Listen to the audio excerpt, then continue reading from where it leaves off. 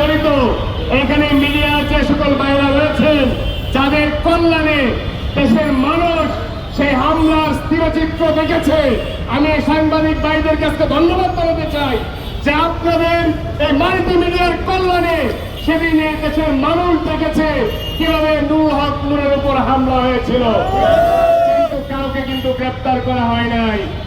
আমরা বলতে চাই, এই শেখ হাসিনার দীর্ঘ 17 বছর যে ফেসিবাদ ছিল, আমরা কিন্তু বলেছিলাম যে শেখ হাসিনাকে যে কোনো সময় আমরা ক্ষমতাচ্যুত করব।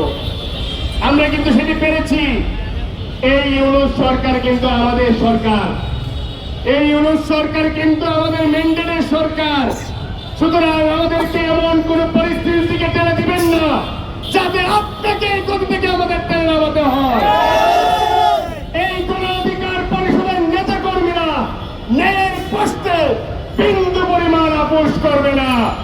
সুতরাং যে বিচার বিভাগীয় কমিশন তৈরি করেছেন, গঠন করেছেন, সেটি দ্রুত সময়ের মধ্যে